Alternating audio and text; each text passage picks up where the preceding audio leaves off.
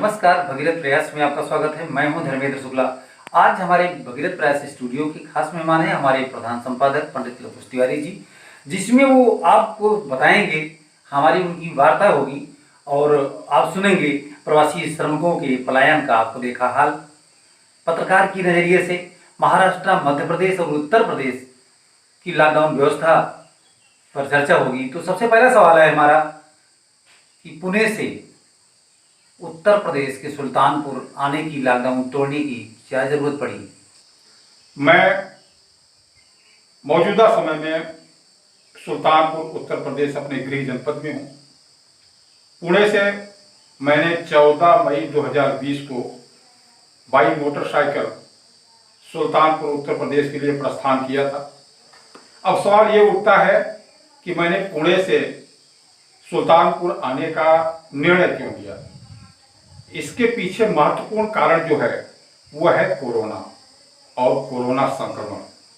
पुणे में इन दिनों तेजी से कोरोना संक्रमण फैल रहा है। जिस समय यानी 14 मई 2000 से पहले मैं पुणे में था, जिस एरिया में मैं रह रहा था उस एरिया को पुणे महानगर पालिका, जिला प्रशासन ने कंटेनमेंट एरिया के रूप में चिन्हित कर दिया था। आसपास बड़ी संख्या में कोरोना के मरीज पाए जा रहे थे। मरीज ही नहीं पाए जा रहे थे, बल्कि स्थिति ये थी कि वहां बड़ी संख्या में आसपास के लोग अस्पतालों में दम भी तोड़ रहे थे। स्थिति ये हो गई कि हर दिन और बाद में तो हर पल ऐसे लगने लगा कि हम यहाँ एक क्षण भी सुरक्षित नहीं हैं। जब ऐसी स्थिति आई तब मैंने निर्णय लिया कि अब कुछ दिनों के लिए यहाँ से हट जाने में ही बेहतरी है। दूसरी तरफ हमारी टीम के लोगों का दबाव था कि सर, बड़ी संख्या में मजदूर शहरों से पलायन कर रहे हैं, खासकर मुंबई, पुणे और अहमदाबाद, सूरत, नई दिल्ली, ऐसे शहरों से जो मजदूर पलायन कर रहे हैं उनके बारे में रिपोर्टिंग की जाए। दिल्ली के लिए हमारी दूसरी टीम काम कर रही थी, अहमदाबाद, सूरत के लिए भी हमारी दूसरी टीम काम कर रही थी। बात जहां तक महाराष्ट्र की है तो ये जिम्मेदारी मैंने खुद स्वीकारी, क्योंकि ये एक बड़ा चैलेंजिंग जॉब था। महाराष्ट्र में आज भारत के सबसे ज्यादा कोरोना संक्रमित मरीज हैं। भारत में जितने भी मरीज होंगे सबसे ज्यादा संक्रमित मरीज महाराष्ट्र में हैं। इस वजह से ये चैलेंजिंग जॉब मैंने स्वीकारा और जब लॉकडाउन 4 की घोषणा हुई तब हमने 14 मई 2020 को यह निर्णय लिया कि अब जो मजदूर पलायन कर रहे हैं उनकी स्थिति जानी जाए, और उनकी स्थिति जानते जानते ही यह भी जाना जाए कि भारत सरकार और राज्य सरकारें मजदूरों के लिए, श्रमिकों के लिए, जो लोग पलायन कर रहे हैं शहरों के लिए, उनके लिए क्या प्रबंध कर रही हैं। और बस इसी मंसूबे को ध्यान में रख के, इसी लक्ष्य को ध्यान में रख के 14 मई 2020 को दोपहर तकरीबन 1 बजे हमने पुणे से उत्तर प्रदेश के सुल्तानपुर के लिए बाइक से बाई सड़क यात्रा प्रारंभ की। आपका अनुभव कैसा रहा जब आप बाहर निकले? क्या देखा आपने? 2 महीने के लॉकडाउन के बाद हमने बाहर की दुनिया देखी। हम जब सड़कों पर निकले तो हमने देखा सैकड़ों लोग पैदल जा रहे हैं। न जाने कितने लोग अपने सामान के साथ, छोटे छोटे बच्चे पैदल जा रहे हैं।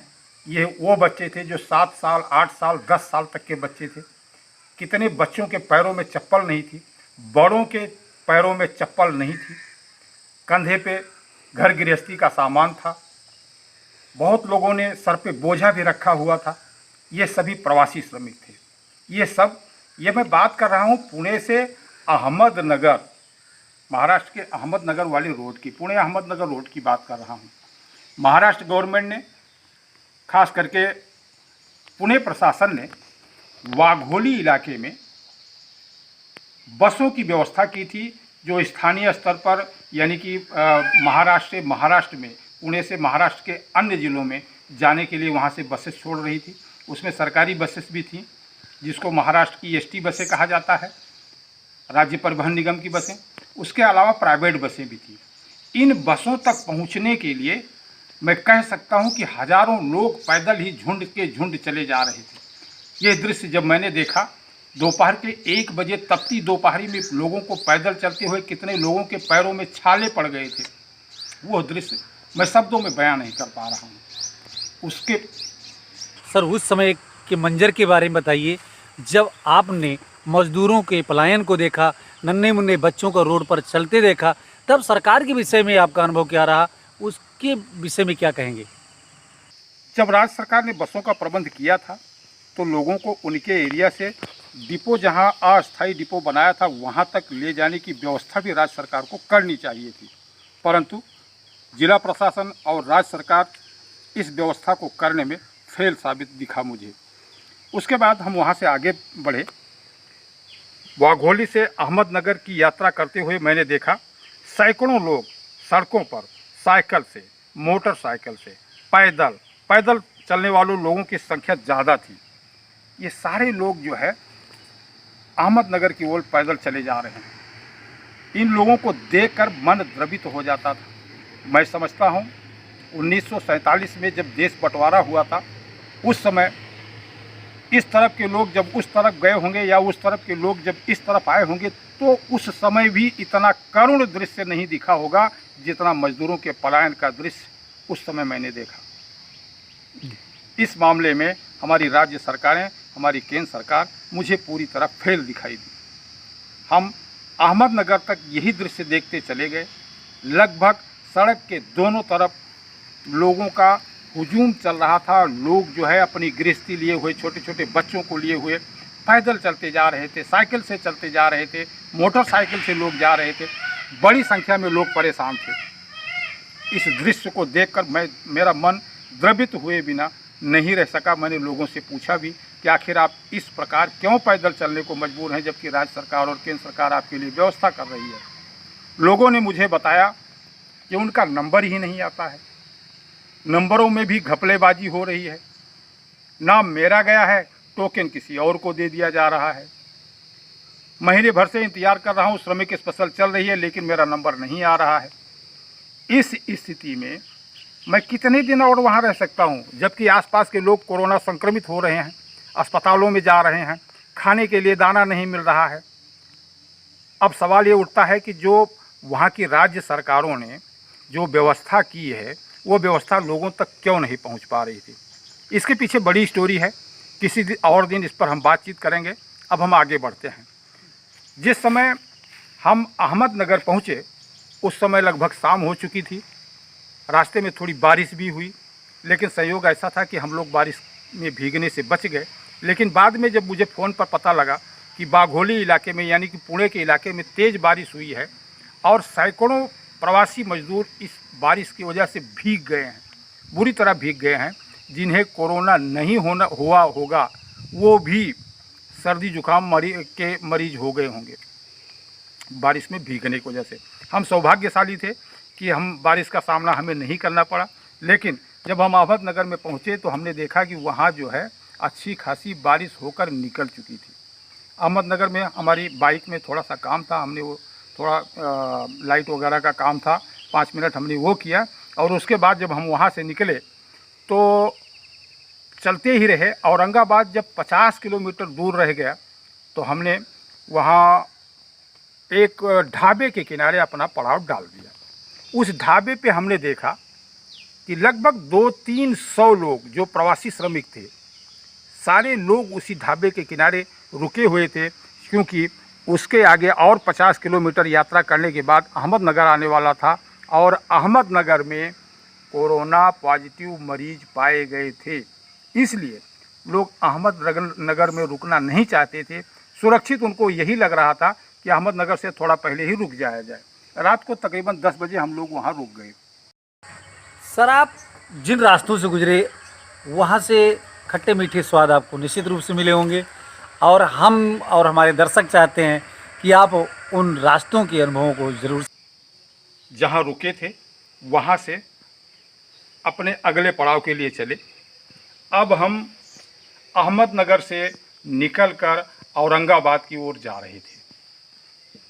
जहाँ से हम रात विश्राम हमने जहाँ किया था वहाँ से लगभग 55 किलोमीटर दूर था औरंगाबाद शहर। औरंगाबाद शहर में बड़े पैमाने पर कोरोना संक्रमण मरीज, उस समय संक्रमित मरीज पाए जा रहे थे बड़े पैमाने पर, इसलिए औरंगाबाद शहर असुरक्षित था। बीच शहर से ही गुजरने का रास्ता था। पुलिस ने रास्ते में बैरियर लगा रखे थे। हालांकि हमें और हमारी टीम को, जो हमारे साथ लोग थे, 4 लोग थे हम लोग, हमें कोई तकलीफ़ नहीं आई, क्योंकि हमारी गाड़ी में प्रेस लिखा हुआ था, हमारे पास पास था, हमारे पास हमारे आइडेंटिटी कार्ड थे। पुलिस ने देखा और हमें आगे जाने के लिए हरी झंडी दे दी। हम आगे निकले, लेकिन मन गवाही नहीं दे रहा था, दिल जो है धड़क रहा था, क्योंकि हमको कोरोना संक्रमित मरीजों के बीच से निकलना था। अहमदनगर कंटेनमेंट जोन में था।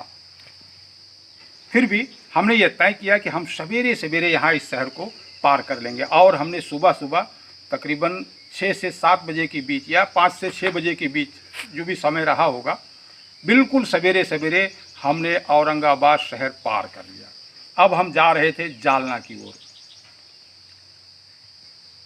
लगभग 9 बजे के आसपास हम लोग जालना पहुंच चुके थे।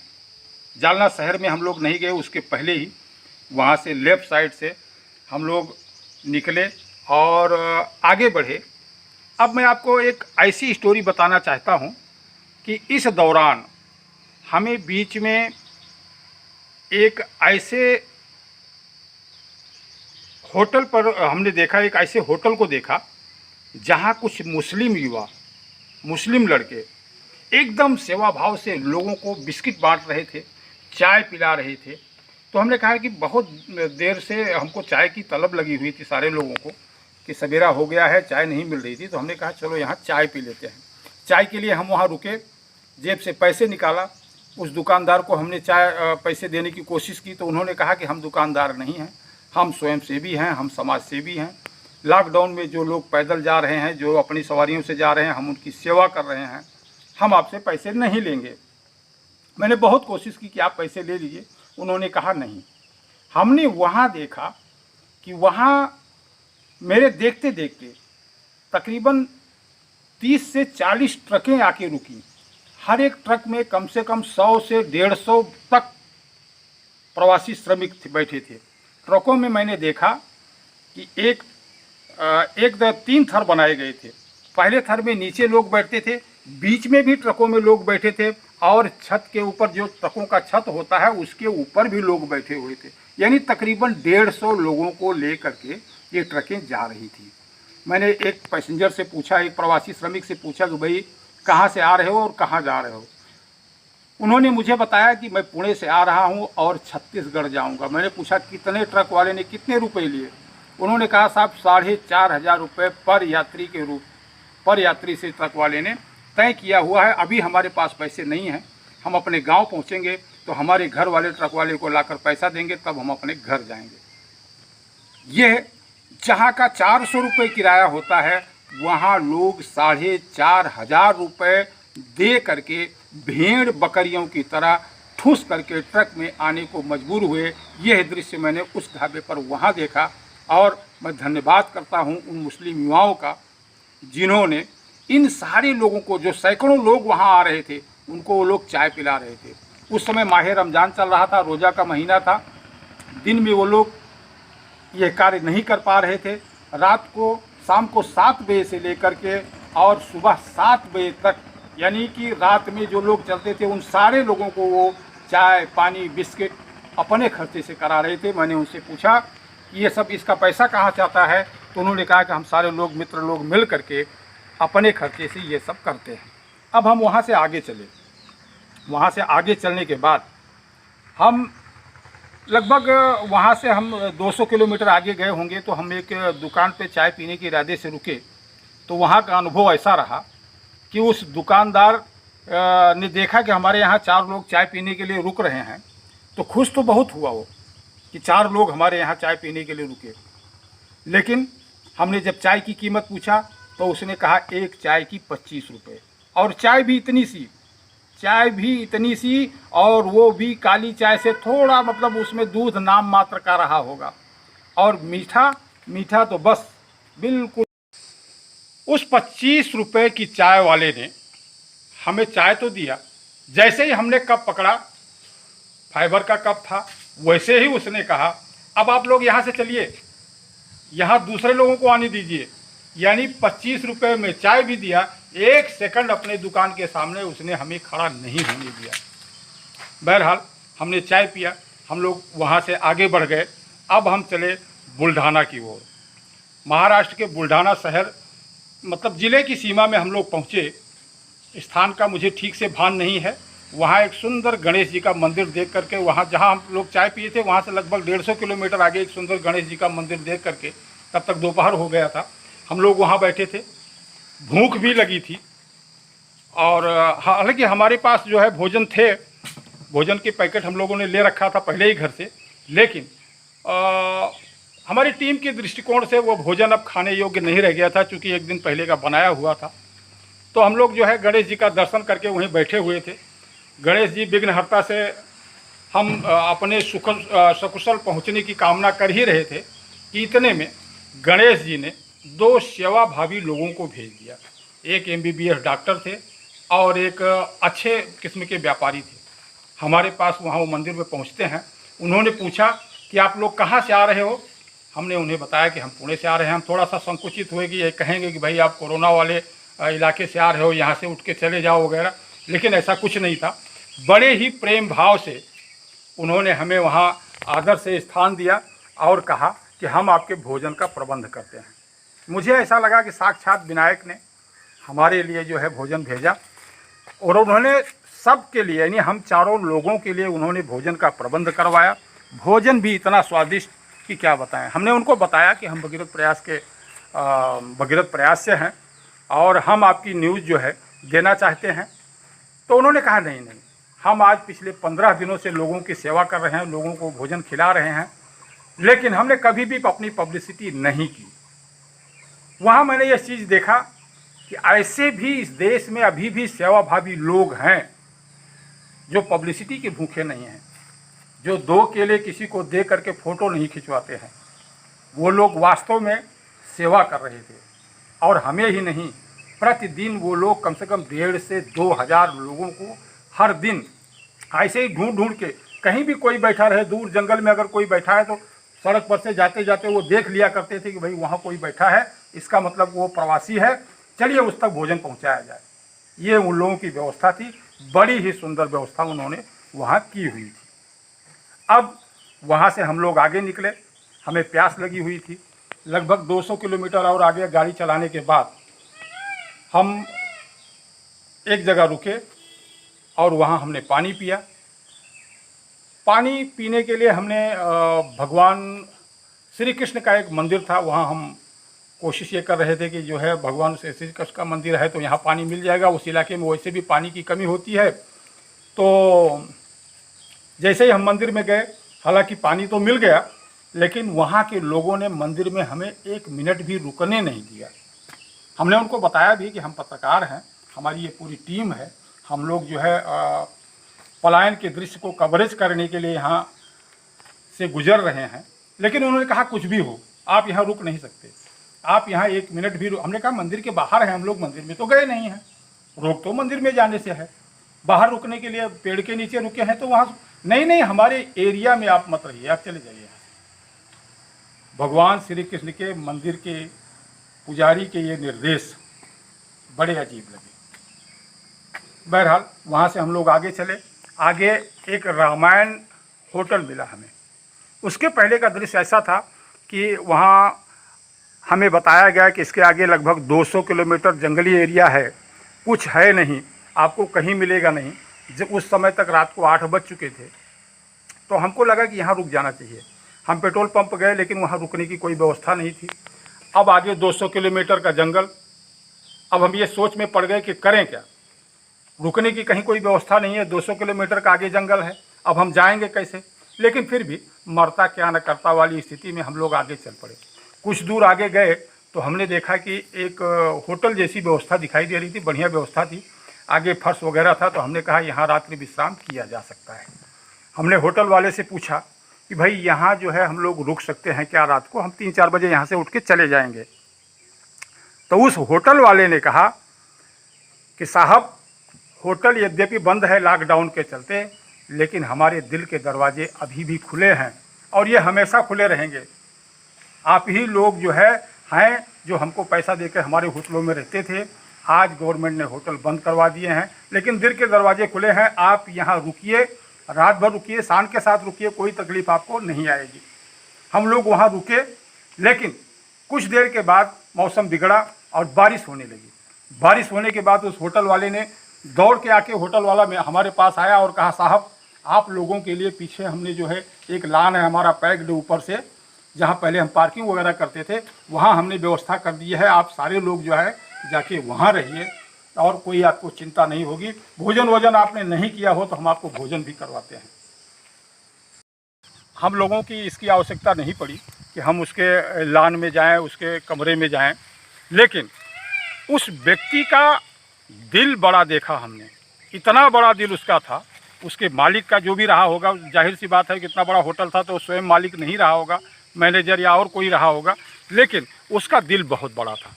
ऐसा भी अनुभव हमने लिया। हम रात को वहीं रुके। सुबह लगभग 3:30 बजे हम वहाँ से बुल्ढाना के लिए निकले। सर, आप जिन रास्तों से गुजरे वहाँ से खट्टे मीठे स्वाद आपको निश्चित रूप से मिले होंगे, और हम और हमारे दर्शक चाहते हैं कि आप उन रास्तों के अनुभवों को ज़रूर शेयर करें। जी का प्रिय स्थान रहा है। चलो आज वर्धा से जाएंगे, देखेंगे उस तरफ क्या हाल है। हाँ, इस इलाके में हमने देखा कि मजदूरों के पलायन की जो अनुपात था वो यहाँ इस इलाके में थोड़ा कम हो गया था। फ्लो यहाँ मजदूरों का पलायन का कम था, लेकिन फिर भी नहीं था ऐसा नहीं कहा जा सकता। मजदूर फिर भी यहाँ थे, पैदल चलने वाले लोग भी थे, बाइक से चलने वाले लोग भी थे, और मैंने देखा 100, 200, 500 लोग साइकिल से भी जा रहे थे इस रास्ते से भी। तो हम जो है सवेरे सवेरे निकले और तकरीबन 9 बजे के आसपास, यानी कि 3:30 बजे हम लोग निकले थे, 9 बजे के आसपास हम लोग वर्धा शहर में पहुंच गए। वर्धा शहर पहुंचने से पहले 2-4 जगह हमने कोशिश किया कि हमको पानी कहीं मिल जाए। हालांकि हमारे पास बोतल्स वगैरह थे, लेकिन चूँकि सफ़र हम लोग एक दिन में लगभग जो है हम लोग 350 से लेकर के 400 तक किलोमीटर तक मोटरसाइकिल चलाते थे, तो उस दौरान हमको प्यास लगी हुई थी। हमने फिर सोचा कहीं पानी मिल जाए, लेकिन ये मराठवाड़ा और विदर्भ का वह इलाका है जहाँ औरतें सर पे जो है मटके ले करके, कलश ले करके बड़ी दूर दूर तक पानी ढूंढने जाती हैं। तो वहाँ अभी भी पेयजल की समस्या है। हमें भी कहीं पानी नहीं मिला। एक मकान के सामने हम रुके, वहाँ हमने उससे कहा भी कि भैया थोड़ा पानी हो तो आप हमें ला दीजिए। उसने कहा सब कुछ मांगिए, एक बार भोजन मांगेंगे तो मैं आपको खिला दूंगा, पानी मत मांगिए। यहाँ पानी मांगना हो तो वहाँ जो है एक कोई शासकीय कार्यालय दिखाया उसने, दूर 1 किलोमीटर दूर, बोले वहाँ जाइए, वहाँ एक नल लगा है, उसमें से आपको पानी मिल सकता है। हमने कहा अब उस तरफ नहीं जाएंगे, सीधे निकलेंगे। तो लगभग 9, 9:30 बजे के आसपास हम वहाँ वर्धा सिटी में पहुँच गए। वर्धा सिटी से बहुत बढ़िया रास्ता बना हुआ है नागपुर तक। ये लगभग मैं समझता हूँ कि 80-85 किलोमीटर का रास्ता है नागपुर तक। बहुत बढ़िया एक्सप्रेस हाईवे बनाया हुआ है। लेकिन मैं सरकारों से ये कहना चाहूँगा कि एक्सप्रेस हाईवे आप बनाइए, लेकिन दिन में जो चलते हैं लोग, चाहे वो ट्रक वाले हों, बस वाले हों, बाइक वाले हों, कोई भी हो, सड़क किनारे उनके लिए छांव का कोई प्रबंध नहीं है। और इस मई और जून के महीने में जिसको 80 किलोमीटर दूर जाना होगा, और ख़ास करके जैसे कि कोई बाइक से मजबूर आदमी हमारे जैसा फंस जाए, कोई यात्री, तो वो 80 किलोमीटर चिलचिलाती धूप में दोपहर 9 बजे से ले करके और 4 बजे तक, 5 बजे तक 80 किलोमीटर नहीं चल सकता। 80 किलोमीटर की तो बात आप छोड़िए, 8 किलोमीटर जाने के बाद हमको ऐसा लगने लगा कि हम तड़प कर मर जाएंगे। इतनी भीषण गर्मी, और नीचे जो है पक्के सीमेंट की सड़क, ऐसा लग रहा था कि टायर फट जाएगा। बड़ी मुश्किल से बाद हम जो है एक सर, लॉकडाउन की यात्रा के दौरान जब आप चल रहे थे रोड पर, और चलते चलते जब एक राज्य की सीमा से दूसरे राज्य की सीमा में आपको प्रवेश करने का समय आया, तो उस समय चूंकि नियम था कि अपने जिले से दूसरे जिले में, राज्य से दूसरे राज्य में आना जाना सब प्रतिबंधित था, तो उस समय आप कैसे प्रदेश को पार कर गए, दूसरे प्रदेश में एंट्री कैसे कर पाए, इसके विषय में ज़रा प्रकाश डालिए। नागपुर पहुंचने के बाद हम नागपुर शहर में नहीं गए, बाहर जो एक्सप्रेस मार्ग बना हुआ है नागपुर से मध्य प्रदेश की तरफ जाने के लिए, मध्य प्रदेश बॉर्डर को पार करने के लिए हम उस रास्ते से निकले। वो भी पूरी तरह सीमेंट और कंक्रीट का रोड है, वो भी तपती दोपहरी में निकले।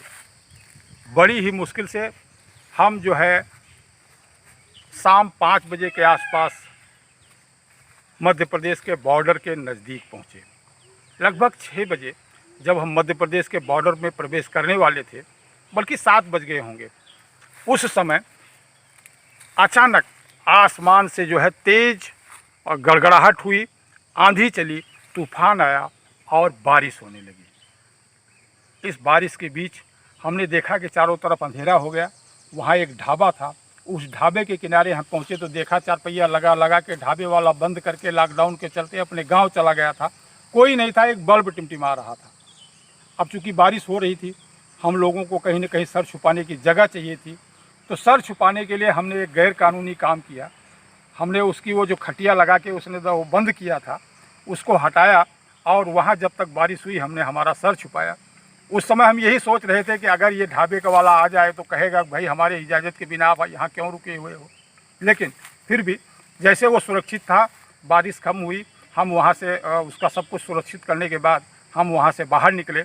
आगे आए तो हमने देखा बॉर्डर पे, मध्य प्रदेश का जो बॉर्डर है, महाराष्ट्र ख़त्म हो रहा था, मध्य प्रदेश का जो बॉर्डर है, वहाँ पुलिस एकदम लापरवाह बैठी हुई थी। एक दिन पहले तक जो पुलिस एकदम चौकन्नी थी, बारिश हो जाने के बाद वही पुलिस एक जगह दूर जाकर बैठी हुई थी। बॉर्डर से कोई आ रहा है, कोई जा रहा है, पुलिस को कोई लेना देना नहीं था। हम बड़ी ही आराम से, बिना कोई रोक टोक, बिना कोई पूछताछ के बॉर्डर पार कर गए, क्रॉस कर गए। मध्य प्रदेश में हम लोग घुस गए। अब मध्य प्रदेश में पहुंचने के बाद वहाँ एक पहाड़ी लगती है और एक जंगल होता है जो तकरीबन 70-80 किलोमीटर लंबा जंगल है। हम उसी जंगल में फंसे। उस जंगल में लगभग 15 से 20 किलोमीटर रास्ता निर्माणाधीन है, और वो रास्ता इतना ख़राब है कि शायद जो है पैदल चलना भी मुश्किल हो, ऐसा रास्ता है। बावजूद इसके हमने जैसे तैसे वो रास्ता पार किया और आगे आए। यहाँ एक, और ये जब पूरा इलाका जिसकी मैं जिक्र कर रहा हूँ, ये पूरा इलाका वह इलाका है जिसमें शेर, वाघ, भालू, चीता, इस प्रकार के हिंसक जानवर हुआ करते थे। तो जब हम इस रास्ते से गुजर रहे थे तो थोड़ा मन में डर भी था कि कहीं ऐसा ना हो कोई हिंसक जानवर जो है आक्रमण कर दे, क्योंकि उस समय बारिश होने के बाद जो है रास्ते से ट्रैफिक भी कम हो गया था, हम ही 4-5 लोग थे। बहरहाल जैसे तैसे हम वहाँ से आगे बढ़े और वहाँ एक ढाबे के पास आए। तो उस समय तक भूख लग गई थी, मध्य प्रदेश में थे हम लोग, भूख लग गई थी। हमने, ये तीसरी रात की बात है, मध्य प्रदेश में उस ढाबे के से हमने पूछा कि भाई भोजन वगैरह जो है आपके यहाँ मिल सकता है? तो उसने कहा साहब मिल सब कुछ सकता है, लेकिन लॉकडाउन चल रहा है। हमने कहा मिल भी सकता है और लॉकडाउन भी चल रहा है, ऐसे कैसे? तो उन्होंने कहा साहब जो रेगुलर रेट है उस रेट में आपको भोजन नहीं मिलेगा, बाकी आपको भोजन मिल जाएगा। हमने कहा क्या रेट पड़ेगा? उसने कहा 300 रुपये थाली। हमने कहा थाली में क्या क्या होगा? तो बोले 4 चपाती होगी, 1 प्रकार की सब्जी होगी, थोड़ा सा चावल होगा। मरता क्या ना करता, हमने कहा दे दे भाई। वहाँ भोजन किया और इस उद्देश्य से वो भोजन हमने लिया कि चलो यहीं रात विश्राम भी हो जाएगा, जगह अच्छी है। भोजन तो हमने कर लिया, वहाँ तक तो सब कुछ ठीक था। जैसे ही भोजन किया, उस ढाबे वाले ने कहा कि अब यहाँ रुकिए मत, आगे बढ़िए, यहाँ दूसरे लोगों को आने दीजिए। यानी कि उसको लग रहा था कि अगर हम लोग जगह रोक के बैठ जाएंगे तो उसको 300 रुपये पर थाली का नुकसान हो जाएगा। और रात को बज रहे थे लगभग 10। अब हमारे सामने विकट समस्या थी कि हम जाएं तो जाएं कहाँ, रास्ता वो बहुत गड़बड़ था। लेकिन मरता क्या न करता वाली स्थिति में हम लोग फिर से वहाँ से बाइक चला के हौसला बुलंद करते हुए हमने कहा चलो बहुत होगा, आज रात भर चलाएंगे, कल दिन में सो जाएंगे, लेकिन चलो।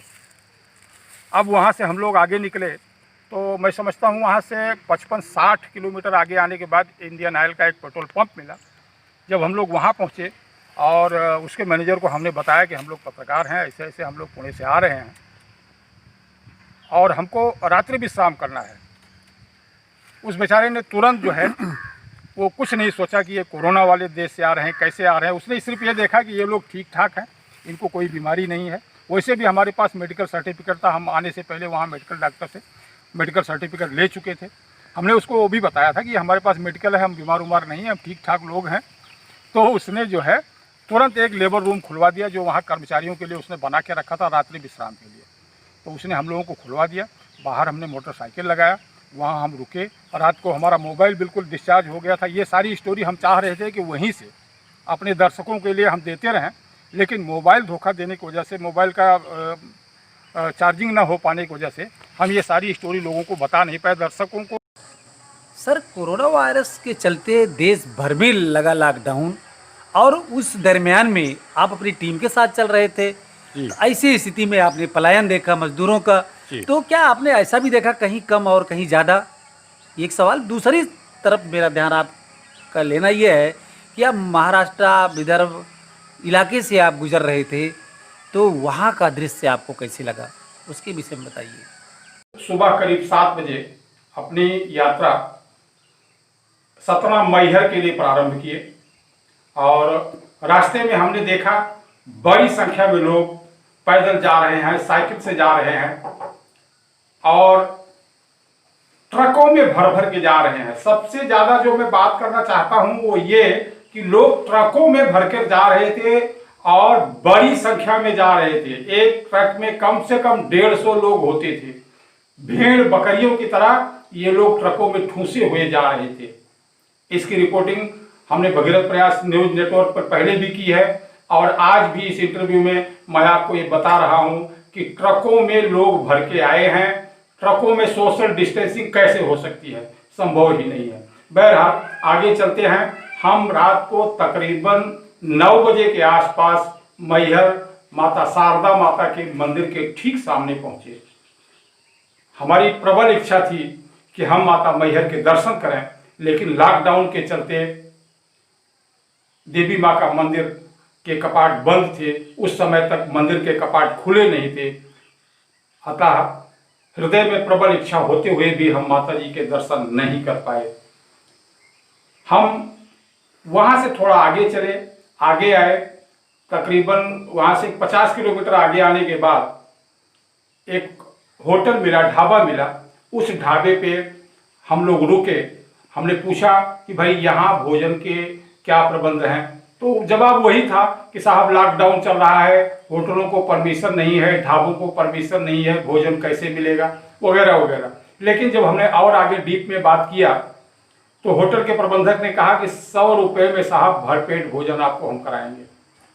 मुझे आश्चर्य हुआ और सुखद आश्चर्य हुआ कि 100 रुपये में, जहाँ 300, 400, 500 रुपये दे करके भी हमको भोजन नहीं मिल रहा था, वहाँ 100 रुपये में ये व्यक्ति बढ़िया भोजन कराने की बात कर रहा है, भरपेट भोजन कराने की बात कर रहा है। बहुत प्रसन्न हुए। वहाँ हमने 100 रुपये में भरपेट भोजन किया। उसमें दाल, चावल, सब्जी, पूड़ी, अचार और जो भी था सब कुछ, सारी व्यवस्था उसने 100 रुपये में दिया और ठीक उसी प्रकार से ट्रीट किया जैसे कोई मेहमान आया हो और उस मेहमान को भोजन कराते हैं। कोई भेदभाव उसके यहाँ नहीं था। सोशल डिस्टेंसिंग की बराबर पालन कर रहा था। वो सबको दूर दूर बिठा रहा था टेबल कुर्सियों पर और भोजन करवा रहा था। मुझे उसकी व्यवस्था बड़ी उत्तम लगी। हालांकि लॉकडाउन के चलते वो जो कार्य कर रहा था वो अनलीगल कार्य था, लेकिन पापी पेट का सवाल था।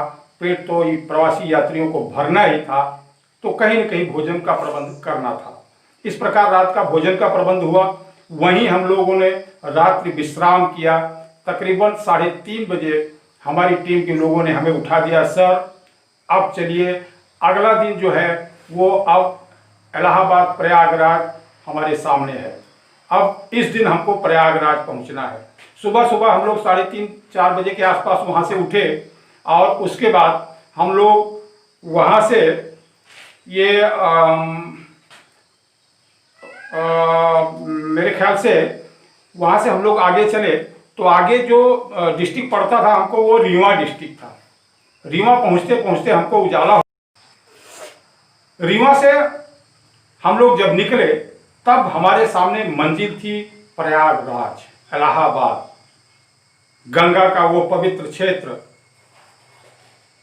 जिसके लिए हम जब बाहर होते हैं तो हमारा दिल धड़कता है कि हम गंगा सरयू के बीच के निवासी हैं और हम आज अपने प्रदेश में पहुंच रहे हैं।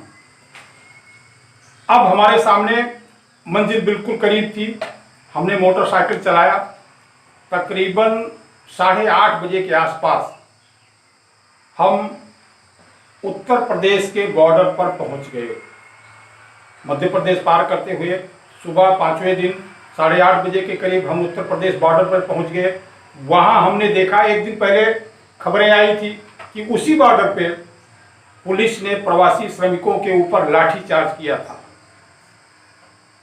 ये स्थिति समझने के बाद हम वहां पहुंचे। वहां हमने गाड़ी पार्क की, रोका, पुलिस वालों से मिले, उनको बताया कि हम भगीरथ प्रयास न्यूज नेटवर्क टीम से हैं और मजदूरों के पलायन को लेकर खबरों की कवरेज करते हुए यहाँ तक आए हैं। तो वहाँ के लोगों ने पूरी जानकारी दी। कहा, साहब, ये जो ट्रकों में भर के लोग आ रहे हैं, भेड़ बकरियों की तरह आ रहे हैं, सोशल डिस्टेंसिंग का पालन नहीं कर रहे हैं, ऐसे लोगों को हमने रोका। ऐसे लोग चाह रहे थे कि हम आगे भी जाएं, लेकिन हमने यहाँ उनको रोका और यहाँ से राज्य सरकार की ओर से उत्तर प्रदेश परिवहन निगम की बसों का प्रबंध है, हमने उसमें भेजने के लिए लोगों को जब प्रयास किया, तब लोगों ने कहा कि नहीं, मुझे ट्रक से ही जाना था। इसको लेकर के जो कल बवाल हुआ था, वो बवाल हुआ था। लोग जाएं, अपने घरों पर पहुंचे, ऐसे कोई रोक यहाँ से नहीं है। फिलहाल वहां उन्होंने लगभग 1000 से अधिक लोगों को रोक रखा था और इन सभी के लिए जो है एक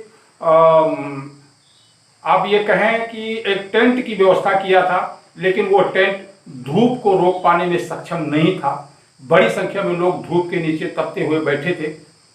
हमने उनका वीडियो कवरेज किया और वहाँ से फिर हम आगे प्रयागराज के लिए बढ़े।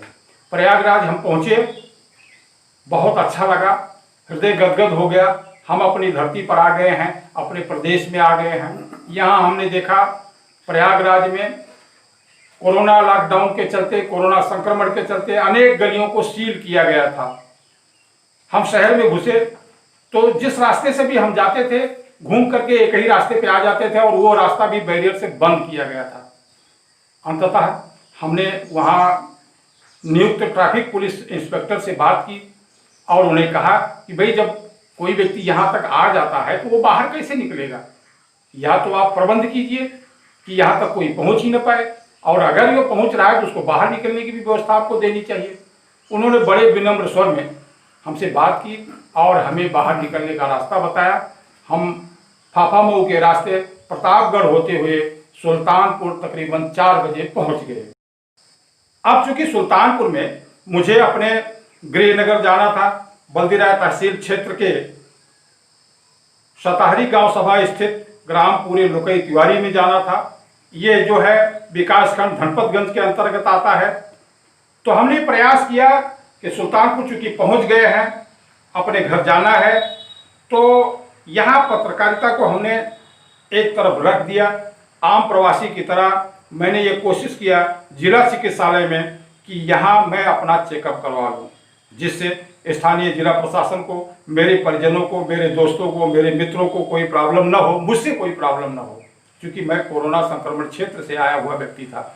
जिला अस्पताल में गया, इमरजेंसी में लगभग हर जगह हमने कोशिश किया कि मुझे भाई चेक कर लो, मैं जो है पुणे से आया हूँ, कोरोना संक्रमित क्षेत्र है, कंटेनमेंट का जो क्षेत्र है, आप मुझे चेक कर लीजिए। डॉक्टरों से मैंने बात की तो उन्होंने कहा कि आप यहाँ ऐसी कोशिश मत कीजिए, आप अपने खंड विकास पर चले जाइए। वहाँ का जो ब्लॉक पे जो आपके जो स्वास्थ्य कार्यालय है, चिकित्सा कार्यालय है, वहाँ आप जाइए और वहाँ आपको चेकअप करेंगे। फिर उसके बाद आप अपने, अगर ठीक होंगे आप तो अपने घर जाइएगा, नहीं ठीक होंगे तब आपको जो है दूसरी व्यवस्था दी जाएगी। तो मैंने वहाँ से जो है सीधे बाइक चलाया और मैं पहुँचा धनपतगंज स्वास्थ्य चिकित्सा केंद्र पर। धनपतगंज स्वास्थ्य चिकित्सा केंद्र पर पहुँचने के बाद मैं वहाँ जब गया तो वहाँ एक ऐसा लिखा हुआ एक बोर्ड लगा मुझे, जिसपे लिखा हुआ था कि आप लोग जो बाहर से प्रवासी श्रमिक आ रहे हैं या जो बाहर से लोग आ रहे हैं वो अपने घर पे रहें, अपने आप को क्वारंटाइन करके रखें, हमारी टीम जाएगी और उनकी जांच करेगी। तो हमने वहाँ एक दो लोगों से बात किया, डॉक्टरों से भी बात किया, उन्होंने कहा यहाँ कोई चेकअप वेकअप नहीं हो रहा है, आप सीधे अपने घर पे जाइए। हमने अपने वहाँ से अपने गाँव प्रधान को फोन लगाया। मैंने कहा गांव का मुखिया प्रधान होता है, मैं उसको अपनी जानकारी दे दूं आने की। गांव प्रधान को मैंने फोन लगाया। गांव प्रधान तो चूंकि हमारे यहाँ की महिला हैं जो प्रधानी करते हैं, ग्राम प्रधान प्रतिनिधि रविंदर सिंह, मैंने उनको फोन लगाया और उन्हें सारी स्थिति से अवगत कराया। तो उन्होंने कहा कि तिवारी जी आप घर चले आइए, यहाँ रहिए, मैं आपके घर पर आ रहा हूँ मैं। और इस बीच हमारी टीम के लोग मुझे जो है धनपतगंज ब्लॉक पर मिले, जिसमें हमारे कई सज्जन, कई लोग थे जिनका इस समय मैं नाम उल्लेख करना उचित नहीं समझ रहा हूं, लेकिन हमारे प्रियजन वहां हमको मिले। हम लोग सब लोग जो है अपने घर पर गए और वहां घर पे पहुंचने के बाद कुछ ही देर के बाद हमारे गांव प्रधान प्रतिनिधि रविंदर सिंह आए और उन्होंने मुझे 21 दिन का क्वारंटाइन लेटर पकड़ा दिया कि आप 21 दिन के लिए क्वारंटाइन है, होम क्वारंटाइन है, आपको कहीं आना नहीं है, कहीं जाना नहीं है, किसी दूसरे से मिलना नहीं है। मैंने कहा वेरी गुड, मैं यही चाह रहा था, क्योंकि मुझसे किसी को खतरा ना हो। मैं एक पत्रकार हूं, मैं सारी स्थिति को समझता हूं, सारी गंभीरता को समझता हूं। मैंने अपने आप को कंप्लीट 21 दिन क्वारंटाइन रखा। इस दौरान मैंने अपने हाथ से अपने बर्तन धोए, अपने कपड़े धोए, सारी व्यवस्था, चूंकि मैं लगभग 2000 किलोमीटर मैं मोटरसाइकिल चला के आया था, बावजूद इसके अपने परिजनों को मैंने अपने आप को ना छूने दिया, ना अपने नज़दीक आने दिया। सारा कुछ मैंने खुद अपने हाथ से किया। ये मैं इसलिए बता रहा हूँ कि जो प्रवासी श्रमिक बाकी लोग भी आ रहे हैं वो इसका अनुसरण कर सकें और इस प्रकार से रहें। तो इस प्रकार से आप खुद को भी बचाएंगे, अपने परिवार को भी बचाएंगे, समाज को भी बचाएंगे। ये सब मैंने पूरे 21 दिन तक अपने आप किया। अपना भोजन घर से आ जाता था, लेकिन बर्तन मैंने सब मेरा अलग रखा हुआ था। उसी बर्तन में वो लोग भोजन डाल देते थे, बाद में मैं उस बर्तन को स्वयं धोता था और अपने आप को पूरी तरह मैंने क्वारंटाइन रखा। घर का एक बिस्तर जो मुझे मिल गया था, उसी एक बिस्तर से मैं काम चलाता था। पूरा 21 दिन तक मैंने घर का अन्य कोई सामान यूज नहीं किया। जो बिस्तर मुझे मिल गया था उसी बिस्तर से मैं काम चलाता था और दिन में मैं एक पेड़ के छांव के नीचे आराम से बैठा रहता था। आप लोगों से भगीरथ प्रयास के माध्यम से बातचीत होती रहती थी, यह अलग बात है, लेकिन 21 दिन तक मैंने किसी से कोई संपर्क नहीं किया। 21 दिन के बाद चूंकि मैं कोरोना संक्रमित क्षेत्र से आया था, आरंभ में वहां जो मैंने पुणे में दृश्य देखा था, आसपास के लोगों को अस्पताल में दम तोड़ते मैंने सुना था, देखा तो नहीं था लेकिन सुना था कि मेरे आसपास के लोग जो है संक्रमित होके गए हैं और वहां दम तोड़ चुके हैं। इस स्थिति में मन कहीं न कहीं डर रहा था, अध्यात्म की ओर रुझान बढ़ रहा था। तो मैंने वही संकल्प किया था कि मैं जब पहुंचूंगा तो मैं सत्यनारायण भगवान की घर पर कथा सुनूंगा। 22वें दिन मैंने भगवान सत्यनारायण की कथा, विगत सोमवार का दिन था, 22वां दिन था, यानी कि लगभग 8 जून की बात है। 8 जून को मैंने भगवान सत्यनारायण की कथा सुनी और भाई बंधुओं को सोशल डिस्टेंसिंग का पालन करते हुए, भोजन कराते हुए अपने परिवार में मैं शामिल हुआ। बावजूद इसके 3 दिन में घर से नहीं निकला। मैंने कहा सरकार ने 21 दिन का क्वारंटाइन किया था, मैं 3-4 दिन और कर देता हूं। आज जब मैं आपके सामने हूं, आज 12 जून है। आज 12 जून को मैं सार्वजनिक जीवन में एक बार फिर से प्रवेश कर रहा हूं। मित्रों, यहां मैं एक बात आपसे विशेष रूप से कहना चाहता हूं। इस कोरोना वायरस ने भारत सहित दुनिया भर को बहुत सारी सीख दी है, बहुत कुछ सिखा दिया है, जीवन जीने की शैली बदल दिया है। अभी तक कोरोना खत्म नहीं हुआ है। यह कोरोना आगे और कुछ दिनों तक रहने वाला है। मैं समझता हूं, जहां तक पिछले 3-4 महीनों का मुझे अनुभव आया है, उसे देखते हुए मैं दावे के साथ कह सकता हूं कि अगले 3-4 महीनों तक कोरोना वायरस जाने वाला नहीं है। इस दौरान मैं सिर्फ आपसे एक बात कहना चाहूंगा कि सरकार आगे लॉकडाउन बढ़ाएगी या अनलॉक का उसे नाम देगी, व्यवस्था करेगी, निश्चित तौर पर व्यवस्था करेगी, लेकिन आपको सरकारी व्यवस्था के भरोसे नहीं रहना है। आपको अपनी व्यवस्था खुद करनी पड़ेगी, स्वयं अनुशासित होना पड़ेगा।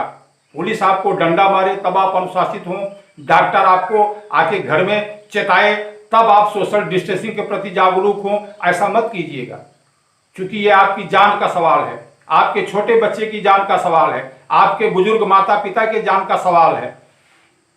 आपको स्वयं अनुशासित होना होगा। आप कहीं भी जा रहे हैं, सोशल डिस्टेंसिंग का पालन रखना होगा। आप कहीं भी जा रहे हैं, आपको मास्क लगाना होगा। आप मास्क नहीं है, आप गमछे से बांध लीजिए। अब आप कहेंगे कि मैं क्यों ऐसा बोल रहा हूं, मैं अकेले कमरे में बैठा हूं, अपने ऑफिस में बैठा हूं, इसलिए मैं आपके सामने रूबरू हूं। आप भी जब अकेले रहें तो आप बिना मास्क के रह सकते हैं, लेकिन एक से अधिक कोई व्यक्ति अगर आपके आसपास है तब आपको मास्क लगाना अनिवार्य है। इसके अलावा मैं आपको एक बात और बताना चाहता हूं। जहां तक कोरोना को मैंने समझा है, डॉक्टरों से जो मेरी चर्चा परिचर्चा हुई है, उच्च अधिकारियों से जो मेरी बातचीत हुई है, उसके अनुसार अभी तक कोरोना के लिए कोई ऐसी दवा, कोई ऐसी औषधि नहीं निकली है, जो इंजेक्शन वैक्सीन नहीं आई है कि जो आपको लगा दिया जाए और कोरोना आपको ठीक हो जाए। इसमें सबसे बड़ी चीज है आपके अंदर जो रोग प्रतिरोधात्मक क्षमता है वो कितनी सशक्त है। आपकी रोग प्रतिरोधक क्षमता अगर सशक्त है तो कोरोना आपके पास नहीं आएगा, ये सही है। और इस क्षमता को आपको बढ़ाने के लिए आपको अच्छे पौष्टिक आहार की जरूरत होती है। हमेशा आप पौष्टिक आहार लें और उसके बाद चाहे आप पॉजिटिव हो या ना हो, आपको जो है दिन में कम से कम 4 से 5 बार गर्म पानी या तुलसी अदरक का काढ़ा या फिर काली चाय दिन में 4 से 5 बार आपको अवश्य लेना है। आप जब संस्थागत क्वारंटाइन में होते हैं वहां भी आपको यही सारी व्यवस्था दी जाती है। एक पैरासीटामॉल की गोली आपको देते हैं, पेट के बल लिटाते हैं आपको, ये सारा कुछ इसी से आपको ठीक करते हैं। वो अभी तक कोई वैक्सीन नहीं निकली है, आप उसके फिराक में मत रहिएगा। आपको अपना इलाज खुद करना है, अपने आप की सुरक्षा खुद करनी है। बस आप स्वस्थ रहेंगे, सुरक्षित रहेंगे। इन्हीं शब्दों के साथ मैं अपनी बात खत्म करता हूं। धन्यवाद।